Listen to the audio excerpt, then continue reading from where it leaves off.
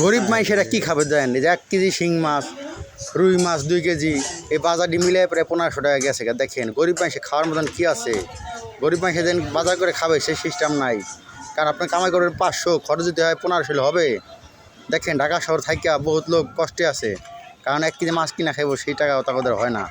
হইব কেমন দেন? 1 কেজি মাছ যদি 500 টাকা হয়, খাওয়ার মতন হয় বলেন?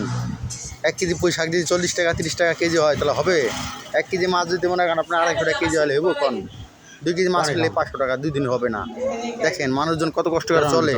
আসলে মানুষের কষ্ট কেউ দুনিয়ার বুকে বোঝে না, শুধু বোঝে মানুষের উপরের ধার, তলের ধার আর কেউ বোঝে না। মানুষ আসলে কী কষ্ট করে টাকা কামাই করে, পরিবার সুখী রাখার জন্য অনেক কষ্ট করে মানুষ। 500 টাকা কামাই করতে লাগে মাত্র 1 দিন, আর 500 টাকা ভাঙতে লাগে না 10 সেকেন্ড। দেখেন এই যে 2 কেজি মাছ 500 টাকা, এই 1 কেজি 500 টাকা শিং মাছ, দেন 1500 টাকা বাজারে নেয়। কী বাজারটা করলাম 2 দিন খাওয়ার মতন? মানুষ আসলে কত কষ্ট করে দেখেন টাকা কামাই করে, গরিব মানুষ এরা সবাই। আর আমরা চাই হলো সবার পাশে থাকার জন্য। আর আমরা